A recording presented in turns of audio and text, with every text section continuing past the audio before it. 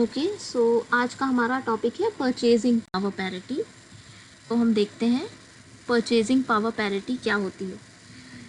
Mint parity theory आप already पढ़ चुके हो, आज हमें कंप्लीट करना है purchasing power parity theory. Purchasing power parity theory को समझने से पहले, परचेजिंग पावर पैरिटी थ्योरी को पहले तो हम हिंदी में कहते हैं क्रय शक्ति समता सिद्धांत। ठीक है, क्रय शक्ति समता सिद्धांत। अब परचेजिंग पावर पैरिटी थ्योरी को या क्रय शक्ति समता सिद्धांत को समझने के लिए सबसे पहले ये ज़रूरी है समझना कि क्रय शक्ति का परचेजिंग पावर का मीनिंग क्या होता है। तो परचेजिंग पावर या क्रय शक्ति किसी भी कंट्री की करेंसी की वो वैल्यू होती है, वो क्षमता, वो पावर होती है जिससे हम कोई भी सामान खरीदते हैं। एग्जाम्पल के तौर पर देखते हैं। फॉर एग्जाम्पल आपने बोला आज से 20 साल पहले, सपोज मान लीजिए 2001 में आपने कहा कि 10 रुपये में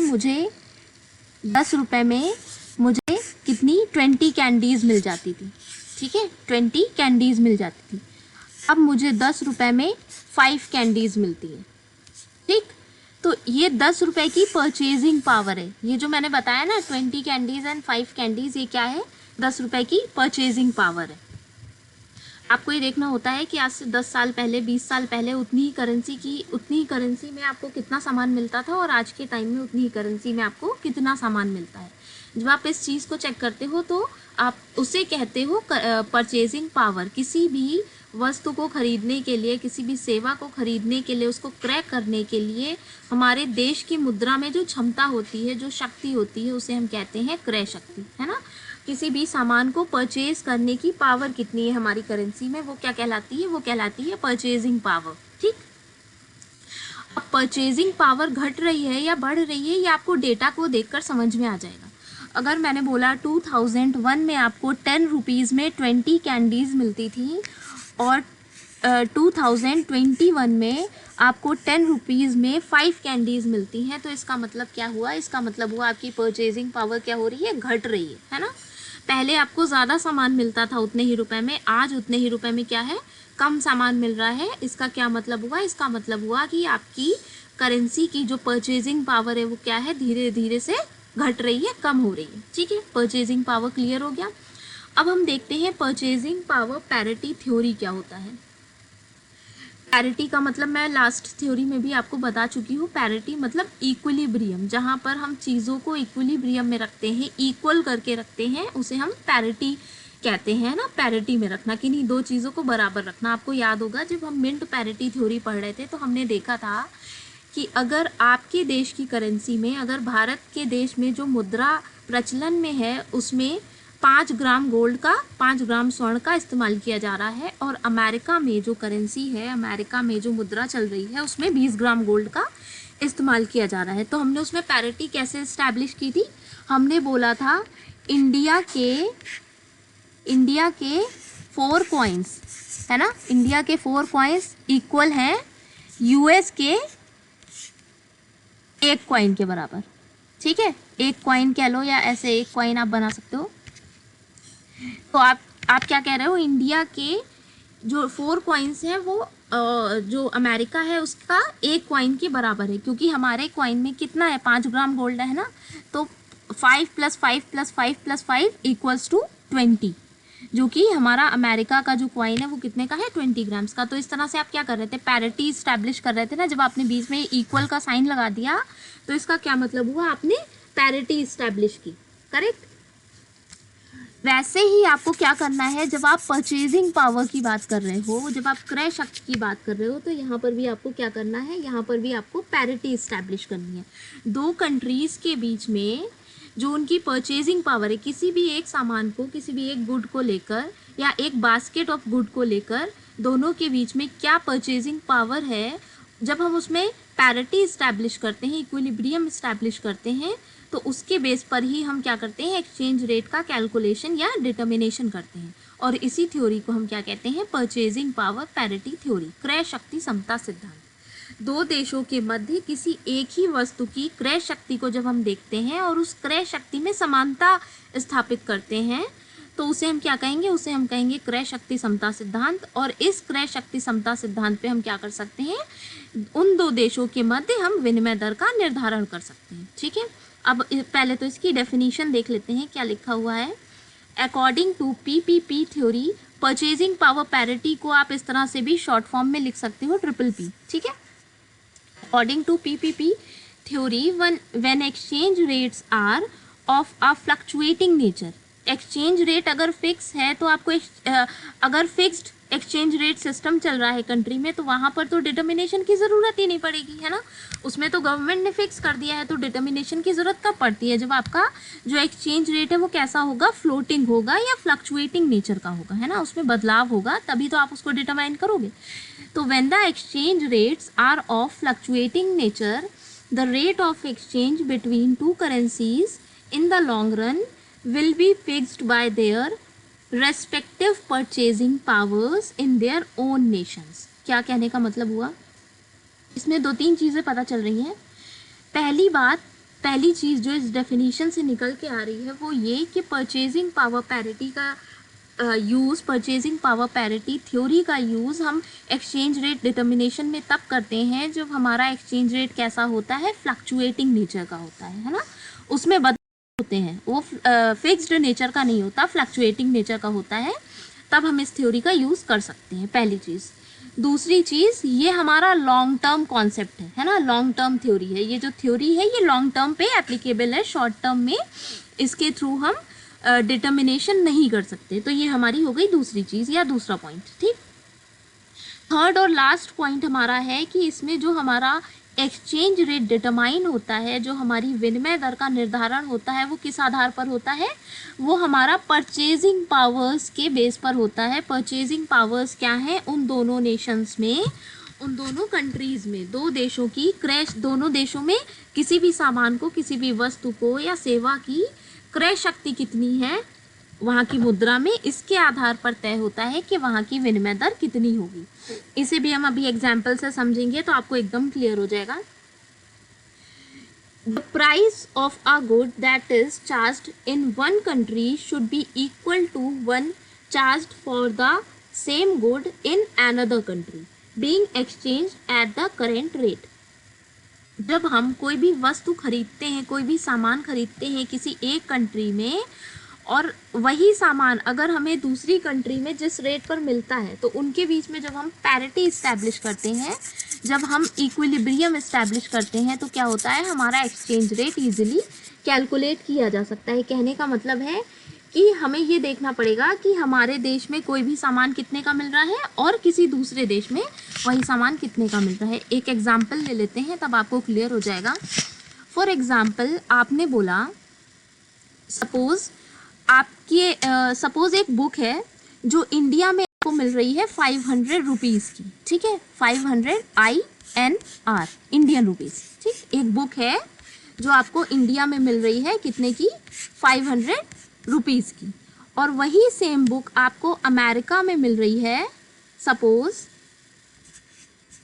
अमेरिका में वही सेम बुक आपको मिल रही है कितने की, $50 की। कितने की, $50 की। एक बुक है जो आपको इंडिया में मिल रही है 500 रुपीज़ की, वही सेम बुक आपको अमेरिका में मिल रही है कितने की, $50 की। अब अगर मैं कहूँ इस बेस पर आप ये निकाल के बताओ कि हमारा एक्सचेंज रेट क्या है, तो आप क्या करोगे, पहले तो आप इन दोनों अमाउंट्स को पैरिटी में रखोगे।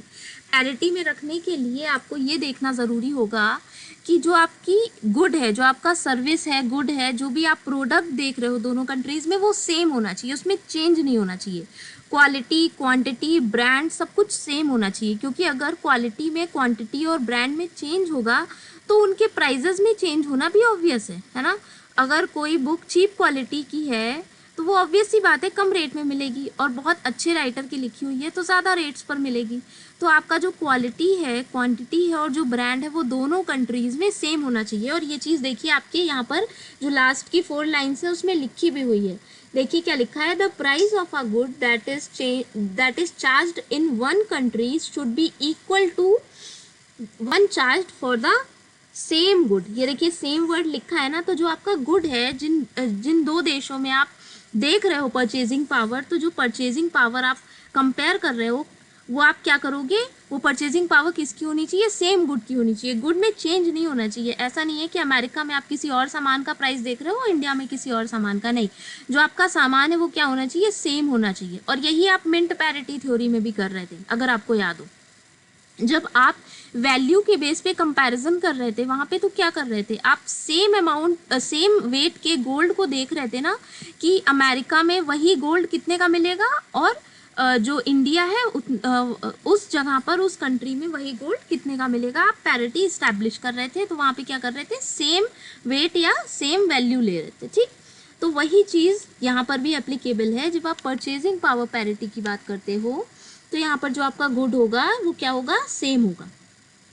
और उसे आप क्या करोगे, इक्वल रख के देखोगे कि दोनों कंट्रीज में, उसके बाद आपका एक्सचेंज रेट निकलेगा। अब एक्सचेंज रेट हम निकालते हैं। फॉर एग्जाम्पल मैंने बोला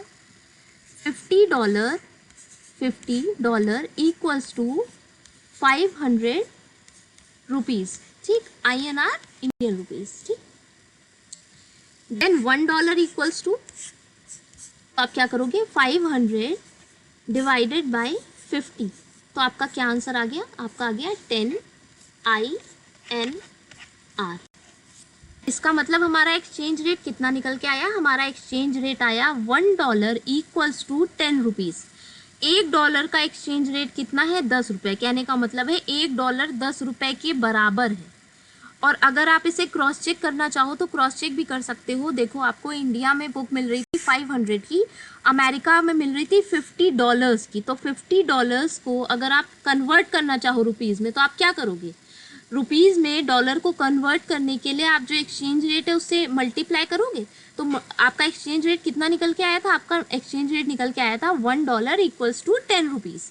तो $50 इक्वल्स टू कितने रुपीज़ होगा। तो जब हम, हमारा कम का अमाउंट दिया रहता है, कम की वैल्यू दी रहती है और ज़्यादा की वैल्यू निकालनी होती है, तो हम क्या करते हैं, मल्टीप्लिकेशन करते हैं ना, बेसिक मैथमेटिक्स, मल्टीप्लिकेशन करते हैं। तो यहाँ पर अगर आप $50 को 10 रुपीज़ से मल्टीप्लाई कर दो तो कितना आंसर आएगा, 500 रुपीज़ आएगा। इक्वल हो गया। अमेरिका में भी वो 500 रुपीज़ की ही है और इंडिया में भी वो 500 रुपीज़ की ही है ना। तो इस तरह से आपने क्या किया, पैरिटी इस्टेब्लिश करके, इक्विलिब्रियम इस्टेब्लिश करके आपने क्या किया, एक्सचेंज रेट कैलकुलेट कर लिया।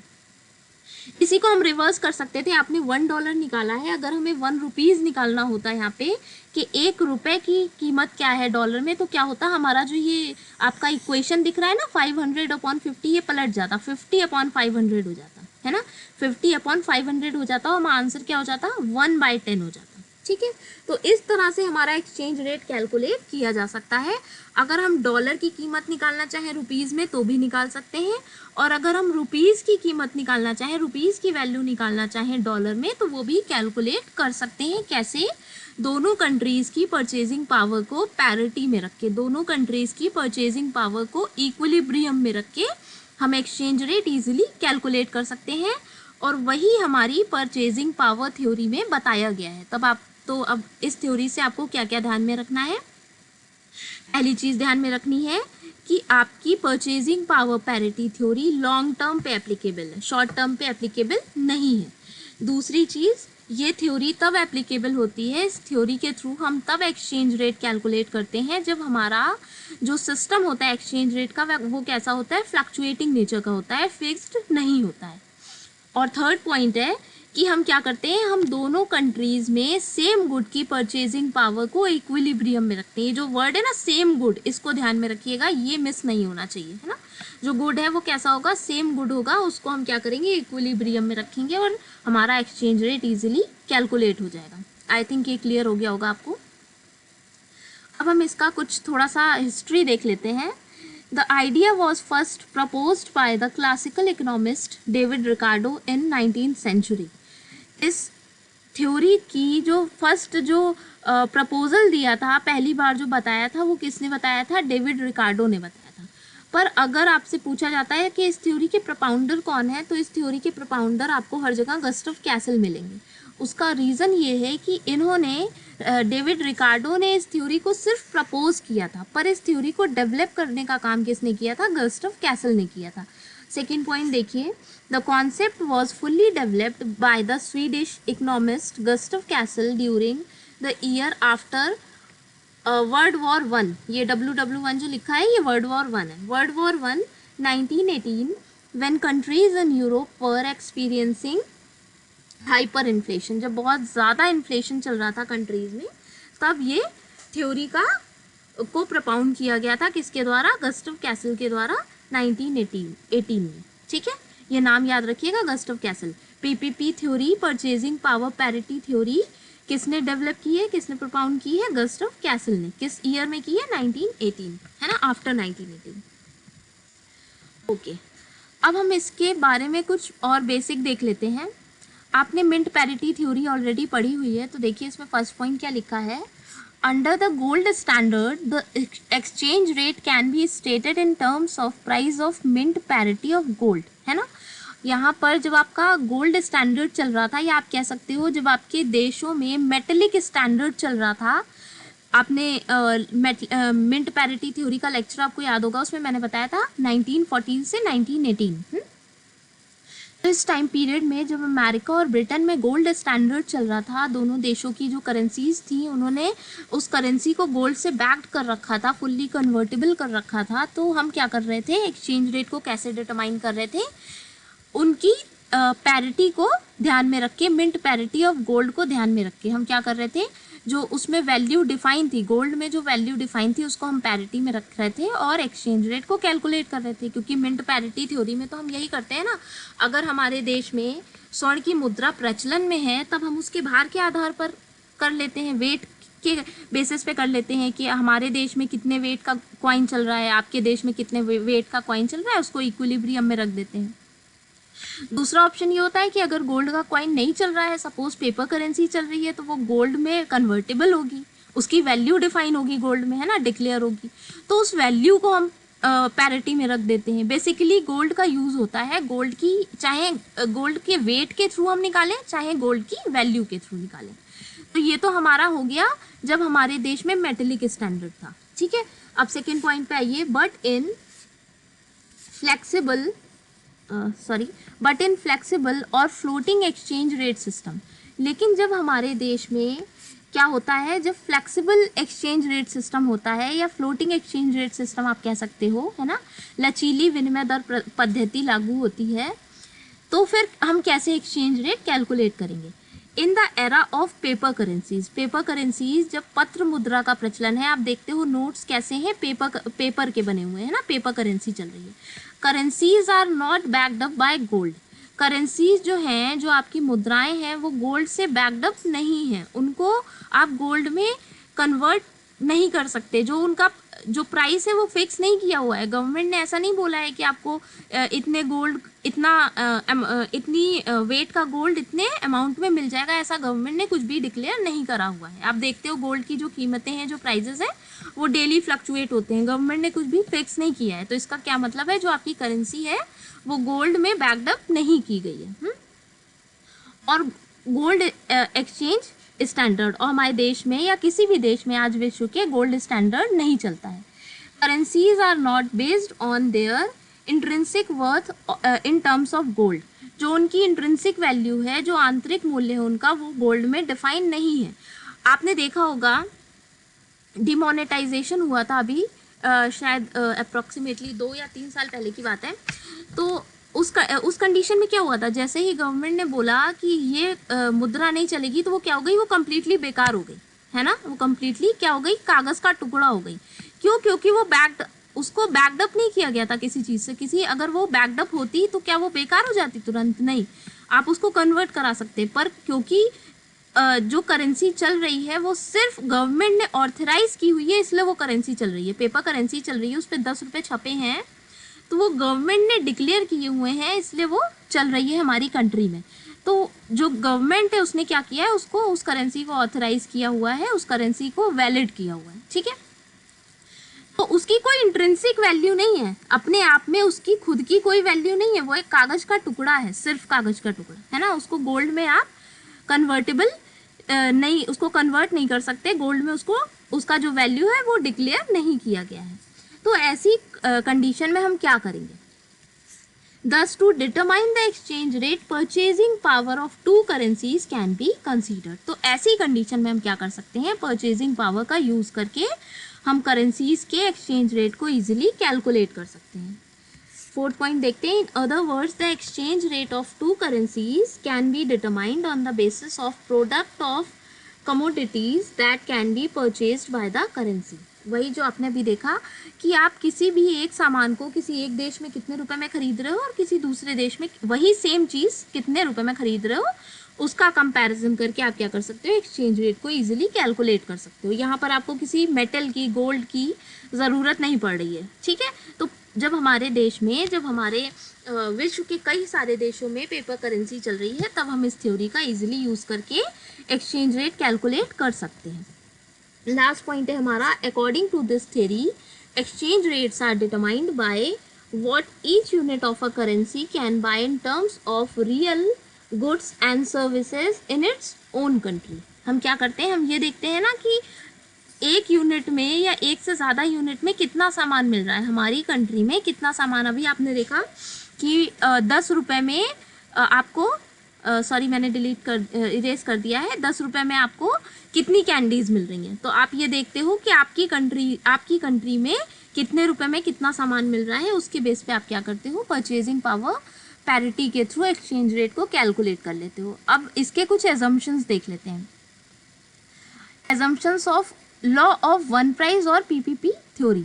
पीपीपी थ्योरी को हम लॉ ऑफ वन प्राइस भी कहते हैं. अब इसके कुछ एजम्पशन देखते हैं. जब भी हम कोई थ्योरी पढ़ते हैं, कोई सिद्धांत पढ़ते हैं, तो वो कुछ ना कुछ एजम्पशंस पे टिका होता है, कुछ ना कुछ एजम्पशंस के बेस पे उसको तैयार किया जाता है. तो क्या एजम्पशंस है पहले देखते हैं. पहला एजम्पशन है, there exist perfect market conditions. Perfect market conditions आपके देश में है, ये मान के चला गया है. परफेक्ट मार्केट क्या होती है, ये आपने इकोनॉमिक्स में पढ़ा होगा, जहाँ पर आपके एंट्री और एग्जिट पे कोई बैरियर नहीं होता, जहाँ पर आपका जो मार्केट होता है उसमें जो रेट्स तय होते हैं वो कौन तय करता है, जो खरीदने वाले व्यक्ति है ना, जो प्राइस मेकर होते हैं वो आपके कस्टमर्स होते हैं. और यहाँ पर जो प्राइस होता है वो कैसा होता है, सिमिलर होता है ना. अगर किसी एक मंडी में आप जा रहे हो, वहाँ बहुत सारी शॉप्स हैं, सेम सामान सेम गुड आपको बेच रही हैं, तो वो उनका जो प्राइस होगा वो क्या होगा, ऑलमोस्ट सेम होगा. क्योंकि अगर आपके रेट्स में फ्लक्चुएशन आएगा तो कस्टमर क्या हो जाएगा, शिफ्ट होके दूसरी शॉप पे चला जाएगा, वो वहाँ से सामान नहीं खरीदेगा, कहीं और से खरीदेगा. ठीक है. तो इसलिए क्या कहा गया है कि पहला एजम्पशन इनका क्या है कि आपकी जो कंट्री है, आपका जो देश है, वहाँ पर कंडीशंस कैसी है, परफेक्ट मार्केट की कंडीशंस है. दूसरा एजम्पशन ये है, absence of transportation cost from one market to another. Transportation cost को कंसीडर यहाँ पर नहीं किया गया है. ये बुक वाला एग्जाम्पल देखिए. आपने बोला 500 रुपीज़ की है इंडिया में और $50 की है अमेरिका में, और जब हमने उसे 10 रुपीज़ से मल्टीप्लाई कर दिया, $50 को 10 रुपीज़ से मल्टीप्लाई कर दिया, तो क्या आ गया, 500 रुपीज़ आ गया. तो इंडिया में भी 500 रुपीज़, अमेरिका में भी अगर हम रुपीज़ के टर्म्स में देखें तो 500 रुपीज़. तो इसका क्या मतलब हुआ कि किसी भी तरह का कोई ट्रांसपोर्टेशन कॉस्ट इंक्लूड नहीं किया गया है. हम ये मान के चल रहे हैं कि दो मार्केट्स के बीच में, दो देशों की मार्केट्स के बीच में किसी तरह का कोई ट्रांसपोर्टेशन कॉस्ट नहीं पड़ रहा है, उसकी आवाजाही पर किसी तरह का कोई खर्च नहीं आ रहा है. हम ये मान के चल रहे हैं, है ना. क्योंकि अगर ट्रांसपोर्टेशन कॉस्ट को कंसीडर करते तब तो ये जो अभी रेट्स निकाले हैं इसमें फ्लक्चुएशन आ जाता. उसके बाद जो तीसरा एजम्पशन है वो है free trade across the international market. इन्होंने कहा कि जो हमारी ट्रेडिंग हो रही है इंटरनेशनल मार्केट पे, ग्लोबल मार्केट में, या आप कह सकते हो कि अंतर्राष्ट्रीय स्तर पर जो आपका व्यापार हो रहा है वो कैसा है, कम्प्लीटली फ्री है, फ्रीली ट्रेड हो रहा है ना. फ्री ट्रेड का मतलब ये हुआ कि किसी तरह का रिस्ट्रिक्शन नहीं है. फ्री मतलब रिस्ट्रिक्शन फ्री ट्रेड. जो आपके देश की सरकारें हैं उन्होंने इम्पोर्ट और एक्सपोर्ट पर किसी तरह का कोई रिस्ट्रिक्शन नहीं लगाया हुआ है, किसी तरह की कोई पाबंदी नहीं लगाई हुई है, कोई प्रतिबंध नहीं लगाया है. ये हमारा तीसरा एजम्पशन है. फोर्थ एजम्पशन हमारा है, नो बैरियर्स और controls over international trade like tariffs, taxes, incentives, promotions etcetera. किसी भी तरह का कोई बैरियर नहीं है, कोई कंट्रोल नहीं है इंटरनेशनल ट्रेड में. वही अगेन जो आपने थर्ड में कहा था कि जो आपका ट्रेड है वो फ्री है, रिस्ट्रिक्शन फ्री है ना, किसी तरह का कोई प्रतिबंध नहीं है. वही सेम चीज़ दी हुई है कि क्योंकि जब सरकार प्रतिबंध लगाती है तो वो क्या करती है, वो टैक्सेस को बढ़ा देती है ना, जो ड्यूटीज़ आप पे लग रही हैं, एक्सपोर्ट ड्यूटी, इम्पोर्ट ड्यूटी, उनको बढ़ाने की कोशिश करती है। तो इससे आपका जो इम्पोर्ट और एक्सपोर्ट है वो क्या होता है, इफेक्ट होता है। अगर ड्यूटीज़ बहुत ज़्यादा बढ़ा दी जाएंगी, आपके जो टैरिफ्स हैं, जो टैक्सेस हैं, वो बहुत ज़्यादा बढ़ा दिए जाएंगे, तो क्या होगा, आपके इम्पोर्ट एक्सपोर्ट पे असर पड़ेगा, है ना। तो कंट्रोल नहीं करती है जो देश की सरकार है, वो किसी भी तरह से कंट्रोल करने की कोशिश नहीं करती। वो कोई टैक्स, टैरिफ, इंसेंटिव इस तरह के किसी टूल का यूज़ करके आपके देश के आयात निर्यात को प्रभावित करने का प्रयास नहीं करती है। लास्ट है हमारा, no country is strong enough to influence the exchange rate. और ये हमने माना है, आखिरी जो एजम्पशन है उसमें हमने ये माना है कि इतना कोई भी देश स्ट्रांग नहीं है जो हमारी विनिमय दर को प्रभावित कर सके, इन्फ्लुएंस कर सके, है ना। ये हमारे कुछ 5 एजम्पशंस थे। पहला, मार्केट को इन्होंने परफेक्ट माना है। दूसरा, ट्रांसपोर्टेशन कॉस्ट कहीं पर भी नहीं है, निल मानी है। तीसरा, जो ट्रेडिंग है वो रिस्ट्रिक्शन फ्री मानी है। उसके बाद चौथा, आपका जितने भी टैक्सेस, टैरिफ्स और इंसेंटिव्स हैं उनको एक तरह से माना है कि या तो वो लगते ही नहीं है, और अगर लगते हैं तो उनके थ्रू किसी भी तरह का कंट्रोल करने की कोशिश नहीं की जा रही है ना। और लास्ट में आपका माना है कि कोई भी कंट्री इतनी प्रभावशाली नहीं है, इतनी स्ट्रांग नहीं है कि आपकी विनिमय दर को प्रभावित कर सके। ये कुछ आपके एजम्पशंस हैं जो इस थ्योरी पर लागू होते हैं, लगते हैं, ठीक है। अच्छा, अब हम आते हैं टाइप्स पे। परचेजिंग पावर पैरिटी के 2 तरीके, 2 टाइप्स होते हैं, 2 प्रकार होते हैं। कौन कौन से? पहला है हमारा एब्सोल्यूट परचेजिंग पावर पैरिटी, और दूसरा है हमारा रिलेटिव परचेजिंग पावर पैरिटी, ठीक है। हमारे 2 टाइप्स हैं परचेजिंग पावर पैरिटी के। कौन कौन से? एब्सोल्यूट परचेजिंग पावर पैरिटी और दूसरा रिलेटिव परचेजिंग पावर पैरिटी। तो हम मीनिंग देख लेते हैं। एब्सोल्यूट परचेजिंग पावर पैरिटी क्या है? How exchange rate between 2 currencies is determined. जैसे कि अभी हमने कैलकुलेट किया था, ये हमारा किसका एग्जाम्पल था? ये एब्सोल्यूट का एग्जाम्पल था। हमने क्या किया था? नॉर्मली 2 देशों में किसी भी एक सामान के प्राइस को, उसकी कीमत को देखा था और उनको डिवाइड करके क्या करा था? एक्सचेंज रेट कैलकुलेट कर लिया था। तो देखिए यहाँ पर भी वही चीज़ बताई गई है, R equals to P divided by P star, ठीक है। तो जो आपका यहाँ पे R है वो क्या है? वो है एक्सचेंज रेट, ठीक है। एक्सचेंज रेट और स्पॉट रेट और domestic price of foreign currency, कुछ भी कह सकते हो आप। दूसरा जो आपका P है वो क्या है? General price level in home currency. और थर्ड जो आपका P स्टार है वो क्या है? General price level in foreign nation. Exchange rate आपका कैसे कैलकुलेट होता है? एक्सचेंज रेट कैलकुलेट करने के लिए आप जनरल प्राइस लेवल को डिवाइड कर देते हो, कैसे? होम वाले को फॉरेन वाले से। फॉर एग्जाम्पल आपने बोला इंडिया में चल रहा है 500 रुपीज़ का, है ना, 500 रुपीज़। तो ये क्या है? ये जनरल प्राइस लेवल है। किसी एक सामान का जनरल प्राइस लेवल क्या है? 500 रुपीज़ इंडिया में। क्योंकि अगर हम इंडिया के कॉन्टेक्स्ट में एक्सचेंज रेट निकाल रहे हैं तो आपकी होम कंट्री क्या है? आपका जो होम नेशन होगा वो क्या है? वो इंडिया है। तो हम पहले क्या करेंगे? हम इंडिया में देखेंगे कि उस सामान की कीमत क्या है, उस गुड का प्राइस क्या है। उसके बाद हम उसको किससे डिवाइड कर देंगे? फॉरेन करेंसी, फॉरेन नेशन की करेंसी में जो उसकी वैल्यू होगी उससे। जैसे कि मान लीजिए आपसे बोला गया $50, है ना। एक किताब है जो इंडिया में 500 रुपीज़ की है और अमेरिका में $50 की है। तो आप क्या करोगे? 500 डिवाइडेड बाय 50। तो आपका आंसर क्या निकल के आ जाएगा? आंसर आपका निकल के आ जाएगा 10। $1 equals to 10 rupees. $1 equals to 10 rupees, ठीक है। तो ये आपका क्या हुआ? ये आपका एक्सचेंज रेट हुआ। यहाँ पर जो R लिखा है ना, ये R आपका निकल के आ गया। R कितना है आपका? $1 इक्वल्स टू 10 रुपीज़। और यहाँ पे आपका P क्या था? P था आपका 500 रुपीज़ और P स्टार क्या था? $50, ठीक है। तो इस तरह से जब आप एक्सचेंज रेट कैलकुलेट करते हो तब आप उसे क्या कहोगे? एब्सोल्यूट परचेजिंग पावर थ्योरी के थ्रू हमने क्या किया? एक्सचेंज रेट को कैलकुलेट कर लिया, ठीक है। चलिए अब हम रिलेटिव देख लेते हैं। पहली बात तो रिलेटिव को समझने से पहले रिलेटिव का मीनिंग समझ लीजिए। रिलेटिव वर्ड का यूज़ हम तब करते हैं जब हम किन्हीं 2 चीज़ों का कंपैरिजन करते हैं, है ना। रिलेटिवली देखना, सापेक्षतया देखना, हिंदी में कहते हैं सापेक्ष, है ना। तो हम क्या कर रहे हैं? हम 2 चीज़ों, 2 वैल्यूज को क्या कर रहे हैं, कंपेयर कर रहे हैं, दो अमाउंट्स को या दो वैल्यूज को या दो प्राइसेस को क्या कर रहे हैं, कंपेयर कर रहे हैं। तो जहाँ पे कंपैरिजन आ गया वहाँ पे रिलेटिव वर्ड यूज होगा। तो देखते हैं, it postulates that the change in exchange rate over a period of time should be proportional to the relative change in the price level in the two nation. The version of PPP theory has some value. अच्छा, इसका क्या मतलब हुआ, जब हम spot rate और inflation के बीच में रिलेशनशिप एस्टैब्लिश करते हैं, है ना, स्पॉट रेट एंड इन्फ्लेशन, जब हम इन्फ्लेशन को कंसीडर कर लेते हैं तब हम रिलेटिव का यूज करते हैं। अच्छा, इसका फॉर्मूला देखते हैं तो आपको क्लियर हो जाएगा। देखिए, इसका फॉर्मूला लिखा हुआ है R1 इक्वल्स टू, इवन आप इस स्लाइड पर नहीं, इस स्लाइड पे देखिए रिलेटिव का फॉर्मूला, आपको ज़्यादा अच्छे से क्लियर होगा। वहाँ पे R यूज़ किया गया था, यहाँ पे S यूज़ किया है, don't get confused. S D upon F क्या है ये मैं बाद में बताती हूँ अभी, equals to P D1 upon D0 divided by P F1 upon F0 multiply S D upon F0। अब पहले तो इसका मीनिंग देख लेते हैं, ये क्या डिनोमिनेट कर रहा है, पहले क्या ये बता रहा है ये देख लेते हैं, उसके बाद समझते हैं।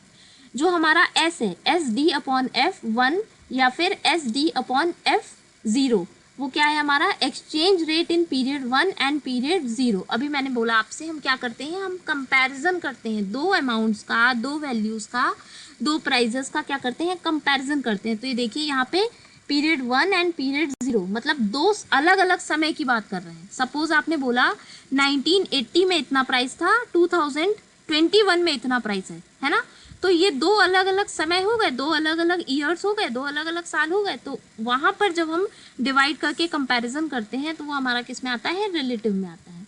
अब हम देखते हैं यहाँ पे एस डी एफ इन सब का क्या मतलब है। ये जो डी यूज़ किया गया है ये आपका यूज़ किया गया है डोमेस्टिक के लिए, ठीक है। एफ यूज़ किया गया है फॉरेन के लिए। यहाँ पे जो एस है ये एस डिनोट करता है स्पॉट को। ये जो आपको एस दिख रहा है ये क्या है, ये है स्पॉट, है ना। स्पॉट और फॉरवर्ड दो होता है ना, तो ये है आपका स्पॉट, ठीक है। क्योंकि हम क्या कैलकुलेट कर रहे हैं, यहाँ पे हम स्पॉट रेट निकाल रहे हैं। फॉरवर्ड से हमें मतलब नहीं, हम क्या कर रहे हैं, करंट का रेट निकाल रहे हैं। परचेजिंग पावर पैरिटी के थ्रू हम क्या कर रहे हैं, स्पॉट रेट को कैलकुलेट कर रहे हैं। अच्छा, यहाँ पर जो आपका पी डी 1 और पी डी 0 है, इसका मतलब देख लेते हैं। सेकेंड पॉइंट पे आइए, P D 1 and P D 0 equals to price level. जो ये पी है ना, पी अल्फाबेट, ये आपको ये क्या डिनोट कर रहा है, ये कर रहा है price level in home country in period 1 and period 0। Home country में, क्योंकि अभी मैंने बोला D equals to domestic, D equals to domestic,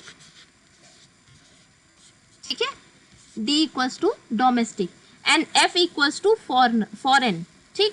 तो जब आप अपने देश में दो अलग अलग समय पर किसी एक वस्तु के मूल्य का कंपैरिजन करते हो, उसको डिवाइड करके देखते हो कि कितना फर्क आ रहा है, तो क्या होता है, वो P D 1 and P D 0 के थ्रू आप उसको डिनोट कर रहे होते हो। और वही चीज़ जब आप फॉरेन करेंसी में, फॉरेन टर्म्स में करते हो, फॉरेन कंट्रीज के कॉन्टेक्स्ट में करते हो, तब आप नीचे वाला देखो, नीचे क्या लिखा है डिनोमिनेटर में, P F 1 divided by P F 0। P क्या है, प्राइस लेवल है, एफ क्या है, फॉरेन के लिए, फॉरेन को डिनोट कर रहा है। यहाँ पे 1 क्या है, पहले किसी एक समय में, और पी 0 क्या है, किसी दूसरे समय में, यानी कि पीरियड 1 एंड पीरियड 0, ठीक है। सपोज 1980 में एंड 2021 में, तो ये दो अलग अलग समय हो गए, तो उसको हम पी F1 और पी F0 से डिनोट कर सकते हैं, ठीक है। तो यहाँ पे आप क्या कर रहे हो, इन्फ्लेशन की बात कब आती है, अभी मैंने बोला आप क्या करते हो, जो रिलेशनशिप निकालते हो वो किस में निकालते हो, इन्फ्लेशन को कंसीडर करके निकालते हो। जो आप स्पॉट रेट कैलकुलेट कर रहे हो वो किसको कंसीडर करके कर रहे हो, इन्फ्लेशन को कंसीडर करके कर रहे हो। और इन्फ्लेशन का मतलब क्या हुआ कि आप ये चेक करते हो कि आज से 10 साल पहले क्या कीमतें थी और आज क्या कीमतें, है ना। तो दो अलग अलग समयों पर हम कीमतों को देख रहे हैं, कीमतों को, प्राइस लेवल को ऑब्जर्व कर रहे हैं, है ना। जो टाइम पीरियड है वो क्या है, अलग अलग है। तो इसी वजह से यहाँ पे 0 और 1 का कॉन्सेप्ट लाया गया है, क्योंकि हम क्या कर रहे हैं, इन्फ्लेशन को इसमें इंक्लूड कर रहे हैं, और इन्फ्लेशन को इंक्लूड करने के लिए हमें प्राइस लेवल को 2 अलग अलग टाइम पीरियड्स में देखना ज़रूरी है। इसीलिए आप 1 और 0 यानी कि एक समय आपका 1 है और एक 0 है, वो डिनोट करने का तरीका है सिर्फ, ठीक। ऊपर जो आप प्राइजेस रखोगे वो आपके डोमेस्टिक टर्म्स में होंगे, और जो नीचे वाला डिनोमिनेटर में होगा वो क्या होगा, वो फॉरेन टर्म्स में होगा। यही आप एब्सोल्यूट में भी कर रहे थे। आपने ऊपर जो प्राइस रखा था 500, वो क्या था, वो होम करेंसी में था, है ना। होम नेशन में जो आपका प्राइस लेवल था वो क्या था, वो आपका न्यूमरेटर में था, और जो फॉरेन में था वो डिनोमिनेटर में था। तो रिलेटिव में भी यही सेम चीज़ एप्लीकेबल है कि जो आपके ऊपर जो आपको प्राइस लेवल दिख रहे हैं वो किससे रिलेटेड है, वो आपके होम से रिलेटेड है ना। और जो आपको नीचे दिख रहा है वो किससे रिलेटेड है, वो आपके फॉरेन से रिलेटेड है ना। बाहर की कंट्री में जो आपका प्राइस लेवल है उसको आप एफ से डिनोट कर रहे हो, और आपकी खुद की कंट्री में जो प्राइस लेवल है उसको आप डी से डिनोट कर रहे हो। होम करेंसी में जो आपकी जो प्राइस लेवल है उसको आप न्यूमरेटर में लिख रहे हो, और जो अब्रॉड में फॉरेन कंट्री में जो आपके प्राइस लेवल है उसको आप न्यूमरेटर में लिख रहे हो। इस चीज़ को ध्यान में रखना, ये एप्लीकेबल होगी एब्सोल्यूट में भी और रिलेटिव में भी। न्यूमरेटर में होम वाले प्राइस लेवल और डिनोमिनेटर में फॉरेन कंट्री के या अब्रॉड के आपके प्राइस लेवल, ठीक। और यहाँ पर हम फॉरवर्ड की बात नहीं कर रहे हैं। जो आपका परचेजिंग पावर पैरिटी है उसमें जो एक्सचेंज रेट निकल रहा है वो स्पॉट पर निकल रहा है, तो इस वजह से आपको स्पॉट रेट दिख रहा है ना। और यहाँ पर भी आपको दिख रहा होगा स्पॉट रेट, आप इक्वल के लेफ्ट साइड और राइट साइड, तो लेफ्ट में 1 लिखा है और राइट में 0। तो यहाँ पर भी हम क्या कर रहे हैं, स्पॉट रेट 2 अलग अलग ईयर्स में देख रहे हैं कि पहले कितना था और आज के समय में कितना है। अच्छा, एब्सोल्यूट में देखिए, एब्सोल्यूट का जो ये लेफ्ट साइड में आपको दिख रहा होगा एब्सोल्यूट परचेजिंग पावर पैरिटी, इसमें सिंपली आपने क्या किया है, P D upon P F, है ना। अगेन मैं बता रही हूँ, P means price level, D means domestic, F means foreign, ठीक। प्राइस लेवल आपका डोमेस्टिक कंट्री में, आपका होम कंट्री में, होम नेशन में कितना है, और वही जनरल प्राइस लेवल आपका अब्रॉड में या फॉरेन में कितना है। ये हम डिवाइड करके क्या कैलकुलेट कर सकते हैं, एक्सचेंज रेट निकाल सकते हैं। एक्सचेंज रेट कह लो या स्पॉट रेट कह लो, क्योंकि एक्सचेंज रेट भी 2 होते हैं ना, एक स्पॉट रेट एक फॉरवर्ड रेट। तो यहाँ पे हम किसकी बात कर रहे हैं, सिर्फ स्पॉट की बात कर रहे हैं, ठीक है। तो ये आपका फर्क है डोमेस्टिक और रिलेटिव में। क्या फर्क है डोमेस्टिक और एब्सोल्यूट और रिलेटिव में। एब्सोल्यूट में आप क्या कर रहे हो, सिंपली प्राइस लेवल को डिवाइड करके अपना एक्सचेंज रेट निकाल रहे हो, लेकिन रिलेटिव में आप इन्फ्लेशन को भी कंसीडर कर रहे हो, क्योंकि रिलेटिव वर्ड जो है उसका मतलब होता है कंपैरिजन करना, और कंपैरिजन करने का मतलब है कि आप कुछ समय पहले के प्राइस लेवल और आज के प्राइस लेवल में कंपेयर कर रहे हो। एक तरह से इन्फ्लेशन को कंसीडर कर रहे हो कि क्या इन्फ्लेशन आया है, क्या प्राइस लेवल बढ़े हैं या सेम है। क्योंकि अगर आपका PD1 और PD0 दोनों इक्वल होगा तो हमारा जो आंसर आएगा वो क्या होगा, वो डिवाइड होके 1 हो जाएगा, है ना। और अगर दोनों में डिफरेंस होगा तभी आपका कुछ ना कुछ अमाउंट ज़्यादा या कम निकल के आएगा, 1 से ज़्यादा या 1 से कम निकल के आएगा। तो उससे हमें पता चल जाएगा इन्फ्लेशन है या नहीं है, ठीक है। अब हम आते हैं इसकी लिमिटेशंस पे। अगर हम परचेजिंग पावर पैरिटी थ्योरी की बात करें तो इसकी कुछ लिमिटेशंस भी हैं, हर थ्योरी की कुछ लिमिटेशंस होती हैं। तो अब हम इसको देख लेते हैं कि इसकी क्या क्या लिमिटेशंस हो सकती हैं। पहला तो आपका देखिए, ट्रांजैक्शन कॉस्ट को इन्होंने कंसीडर नहीं करा है। ट्रांसपोर्टेशन कॉस्ट को कंसीडर नहीं करा है। अगर आप आज के समय की बात करो तो ट्रांसपोर्टेशन कॉस्ट, यातायात पर जो होने वाला व्यय है वो 0 हो नहीं सकता। अगर आप किसी एक कंट्री से किसी दूसरी कंट्री में सामान भेज रहे हो, आयात निर्यात कर रहे हो, तो ऑब्वियस सी बात है उस पर कुछ ना कुछ खर्च आएगा, उसको लाने ले जाने में कुछ ना कुछ शिपिंग कॉस्ट आएगी। पर इस थ्योरी का तो एजम्पशन था कि हमारा ट्रांसपोर्टेशन कॉस्ट निल होगा, 0 होगा, तो वो चीज़ पॉसिबल ही नहीं है आज के समय में। उसके बाद आपका कंपटीशन काफ़ी ज़्यादा है ना। आपने क्या माना था, आपने माना था कि फ्री ट्रेड है, आपकी कंट्रीज़ के बीच में जो है वो फ्री ट्रेड है, रिस्ट्रिक्शन ही नहीं है। पर क्या आज के समय में ऐसा है, नहीं। आज के समय में कंपटीशन, प्रतियोगिता बहुत ज़्यादा है, और उस प्रतियोगिता की वजह से जो ट्रेड्स होते हैं उस पर कुछ ना कुछ रिस्ट्रिक्शंस भी होते हैं। उनके आयात निर्यात पर कुछ ना कुछ प्रतिबंध सरकार लगाती है, या फिर टैक्सेस होते हैं उनको इनकरेज करने के लिए या डिस्करेज करने के लिए, उस पर कुछ ना कुछ टैक्सेस और इंसेंटिव्स भी दिए जाते हैं या लगाए जाते हैं। तो वो कंपटीशन की वजह से भी हमारा परचेजिंग पावर पैरिटी थ्योरी एक तरह से फेल होता है। उसके बाद हमारा थर्ड है टैक्स डिफरेंसेस। आपने मान लिया कि दो देशों में एक चीज़ की वैल्यू, जो एक चीज़ का प्राइस है वो समान होगा, है ना, उसी के बेस पे हम पैरिटी में रखकर अपना एक्सचेंज रेट कैलकुलेट कर रहे हैं। पर ऐसा पॉसिबल नहीं है क्योंकि टैक्स में फ़र्क है। जो आपकी टैक्स स्लैब्स होती हैं उसमें काफ़ी ज़्यादा फ़र्क होता है। किसी एक देश में टैक्स ज़्यादा है, किसी दूसरे देश में आपके जो कर की दरें हैं वो कम है। तो ऑब्वियस सी बात है, जो आप सामान देख रहे हो दोनों देशों में जो पैरिटी इस्टेब्लिश कर रहे हो वो सेम नहीं हो सकती, है ना, पैरिटी में वो नहीं हो सकती क्योंकि टैक्स में डिफरेंस आ रहा है।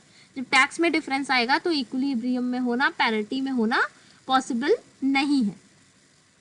उसके बाद आपका फोर्थ है अनसूटेबल इन शॉर्ट टर्म। वो तो आप ये भी आपने देखा था, आपने जब एजम्पशन देखे थे तो आपने देखा था, डेफिनेशन देखी थी तो आपने देखा था उसमें लिखा था it is a long term concept, है ना। जो आपका परचेजिंग पावर पैरिटी थ्योरी है, क्रय शक्ति समता सिद्धांत है, ये कैसा है, ये लॉन्ग टर्म पे एप्लीकेबल है, शॉर्ट टर्म पे एप्लीकेबल नहीं है, शॉर्ट टर्म के लिए सूटेबल नहीं है। तो अगर आपको शॉर्ट टर्म में कैलकुलेट करना हो तो वहाँ पर आपको प्रॉब्लम्स देखने को मिलती हैं।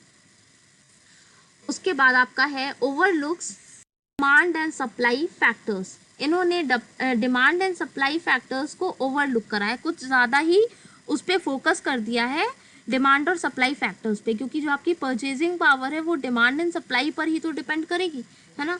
तो जो परचेजिंग पावर है, डिमांड एंड सप्लाई है, उसको बहुत ही ज़्यादा फोकस कर दिया है और बाकी के काफ़ी सारे फैक्टर्स को इन्होंने इग्नोर कर दिया है। उसके बाद आपका आता है 6 पॉइंट अनरियलिस्टिक अजम्पशंस। जो आपके अजम्पशंस हैं, जो थ्योरी आपने इस्टेब्लिश की थी उसके कुछ अजम्पशंस थे, आपने देखा था, है ना। तो अजम्पशंस क्या है, वो अनरियलिस्टिक है। कैसे, जैसे कि इन्होंने जो कंडीशन मानी है वो माना है परफेक्ट मार्केट। तो आज के समय की बात करें तो हर जगह परफेक्ट मार्केट कंडीशन पॉसिबल नहीं है। कोई कोई इंडस्ट्री ऐसी भी है जहाँ पे लोगों की मोनोपोली है ना। कोई एक ही ब्रांड है, कोई एक ही इंटरप्राइज ऐसा है जो उस सामान को बना रहा है।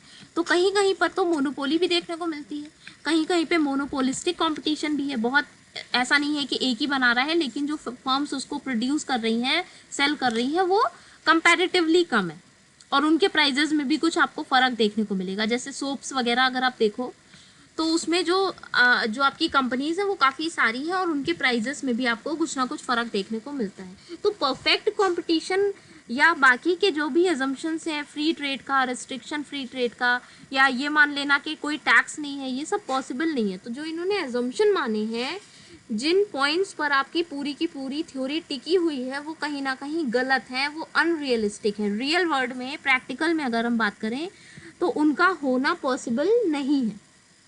उसके बाद आपका है गवर्नमेंट इंटरवेंशन। गवर्नमेंट इंटरवेंशन आज के समय में होता ही होता है। कभी गवर्नमेंट एक्सपोर्ट और इंपोर्ट को प्रमोट करती है, कभी डिमोट करती है ना, कभी इनकरेज करती है, कभी डिस्करेज करती है कंडीशंस के हिसाब से, कभी बैन लगा देती है किसी किसी इंपोर्ट और एक्सपोर्ट पे, कभी कभी कम्प्लीटली फ्री कर देती है। तो गवर्नमेंट का इंटरवेंशन ना हो ये हम नहीं मान सकते। आपके एजम्पशंस में माना गया था कि कम्प्लीटली फ्री है, किसी तरह का कोई रिस्ट्रिक्शन नहीं है, टैक्स नहीं है, तो गवर्नमेंट इंटरवीन ही नहीं कर रही है, गवर्नमेंट किसी तरह से हस्तक्षेप ही नहीं कर रही है, जो कि आज के समय में संभव नहीं है। गवर्नमेंट का इंटरवेंशन हर जगह देखने को मिलता है, हर कंट्री में, हर देश में वहाँ की सरकार क्या करती है, वहाँ के फॉरेन ट्रेड को और फॉरेन करेंसी को इन्फ्लुएंस भी करती है और कंट्रोल भी करती है। वो कम्प्लीटली कंट्रोल मतलब ये नहीं मान सकते कि कंट्रोल नहीं है या फ्री है ना, ये नहीं मान के चल सकते। और लास्ट है आपका नॉन ट्रेडेड सर्विसेज। आपने ट्रेडेड सर्विसेज के बारे में, ट्रेडेड गुड्स के बारे में तो तय कर लिया कि एक्सचेंज रेट कैसे होगा, पर जो नॉन ट्रेडेड सर्विसेज हैं उसकी बात इस थ्योरी में नहीं की गई है कहीं पर भी। तो ये भी इसकी एक लिमिटेशन है, लिमिटेशन कह लो या क्रिटिसिज्म कह लो। अगर आपके क्वेश्चन आपसे पूछा जाता है एग्जाम में कि आप क्रिटिकल एनालिसिस करिए, है ना, परचेजिंग पावर थ्योरी का क्रिटिकल एनालिसिस करिए या क्रिटिकल एग्जामिनेशन करिए, तो आपको परचेजिंग पावर थ्योरी की मीनिंग बताने के साथ साथ उसकी लिमिटेशंस को भी बताना पड़ेगा, क्योंकि लिमिटेशंस ही उसके क्रिटिसिज्म है। और जो मैंने अभी आपको लिमिटेशंस या क्रिटिसिज्म बताए हैं उसी को यहाँ पर थोड़ा सा ब्रीफ में, थोड़ा सा डिटेल में लिखा गया है। और आपके ये जो लिमिटेशंस हैं परचेजिंग पावर के, ये आपके एब्सोल्यूट पर भी लगते हैं और रिलेटिव पे भी लगते हैं। तो इस वजह से आप इसको ओवरऑल दिखा सकते हो कि एट द एंड ये आपके कुछ लिमिटेशंस हैं जो आपकी दोनों टाइप्स पे एप्लीकेबल होते हैं। तो आई थिंक ये टॉपिक आपको क्लियर हो गया होगा। परचेजिंग पावर का मतलब हुआ क्रय शक्ति, किसी भी मुद्रा में हम कितना सामान खरीद रहे हैं, उसकी क्या क्षमता है, शक्ति है किसी सामान को खरीदने की, वो परचेजिंग पावर होती है। परचेजिंग पावर को जब हम कंपेयर करते हैं, रिलेटिवली देखते हैं और इक्वल में रखते हैं, तो हम क्या कहते हैं, परचेजिंग पावर पैरिटी के थ्रू हम एक्सचेंज रेट का डिटर्मिनेशन कर रहे हैं, है ना। हम ये देखते हैं कि एक सामान या एक बंडल ऑफ गुड्स इंडिया में कितने का मिल रहा है और वही सेम चीज़ अमेरिका में कितने की मिल रही है। जब हम उन प्राइजेस को इक्वल में रखते हैं और उसके बेस पे फिर हम एक्सचेंज रेट कैलकुलेट करते हैं, तो हम कहते हैं this is the exchange rate through purchasing power parity theory. फिर हमने देखा कि गस्टव कैसल थे जिन्होंने इस थ्योरी को डेवलप किया था 1918 के बाद। उसके बाद हमने देखा कि सबसे पहले मिंट पैरिटी थ्योरी आई। मिंट पैरिटी थ्योरी में प्रॉब्लम्स आने लगी क्योंकि जो हमारा जो करेंसी थी वो क्या हो गई, वो पेपर करेंसी पर कन्वर्ट हो गई। हम मेटेलिक स्टैंडर्ड पे नहीं रहे, हमारी जो करेंसी है वो पेपर करेंसी चलने लग गई, प्रचलन में आ गई, और ऐसी कंडीशन में हमें जो थ्योरी है उसको चेंज करने की ज़रूरत पड़ी और फिर हम मिंट पैरिटी से परचेजिंग पैरिटी पे आ गए। फिर हमने कुछ एजम्पशंस देखे। पहला परफेक्ट मार्केट, दूसरा ट्रांसपोर्टेशन कॉस्ट नहीं है, तीसरा आपका जो इंटरनेशनल मार्केट में ट्रेडिंग है वो कम्प्लीटली रिस्ट्रिक्शन फ्री है, फिर आपका किसी तरह का कोई बैरियर या कंट्रोल नहीं है इंटरनेशनल ट्रेड पर, या कह सकते हो गवर्नमेंट का इंटरवेंशन नहीं है, और लास्ट पॉइंट आपकी जो कंट्रीज़ हैं वो उसमें कोई भी कंट्री इतनी स्ट्रांग नहीं है कि एक्सचेंज रेट को इन्फ्लुएंस कर दे। उसके बाद आपने टाइप्स देखे जिसमें आपने एब्सोल्यूट और रिलेटिव देखा। एब्सोल्यूट में आपने कहा कि जनरल प्राइस लेवल से हम सिंपली कैलकुलेट कर लेते हैं, होम वाला जो प्राइस लेवल होगा वो ऊपर होगा और जो अब्रॉड का फॉरेन का होगा वो नीचे होगा, डिनोमिनेटर में होगा, और उसी के थ्रू हम क्या करेंगे, एक्सचेंज रेट को सिंपली कैलकुलेट करेंगे। फिर आपने सेकेंड रिलेटिव में देखा कि हम यहाँ पर इन्फ्लेशन को डाल रहे हैं, इन्फ्लेशन का कॉन्सेप्ट यहाँ पर इंक्लूड किया जा रहा है और हम दो अलग अलग समय पे प्राइस लेवल को कंपेयर कर रहे हैं, डिवाइड कर रहे हैं और देख रहे हैं कि क्या उसमें चेंज आ रहा है या नहीं आ रहा है, मतलब इन्फ्लेशन है या नहीं है, इस चीज़ को हम कंसीडर कर रहे हैं। और यहाँ पर भी जो हमारे रिलेटिव वाले में भी जो हमारा फॉर्मूला था उसमें भी हम डोमेस्टिक को ऊपर और फॉरेन को नीचे रखेंगे, ठीक है। और एट द एंड आपने कुछ लिमिटेशंस देखी, आपके जो एजम्पशंस हैं उसी के बेसिस पे ये सारी लिमिटेशंस बनी हुई हैं, क्योंकि आपके जितने एजम्पशंस होते हैं कई बार वो एप्लीकेबल नहीं होते पूरी तरह से, और इसी वजह से हम उन्हीं को लिमिटेशंस में कन्वर्ट कर देते हैं, लिमिटेशंस में बदल देते हैं, है ना। तो जो आपकी एजम्पशंस होती हैं कहीं ना कहीं वही आपकी एट द एंड लिमिटेशन बनती हैं, वही क्रिटिसिज्म बनता है, और सेम वही इस थ्योरी में भी हुआ है। Okay, so thank you.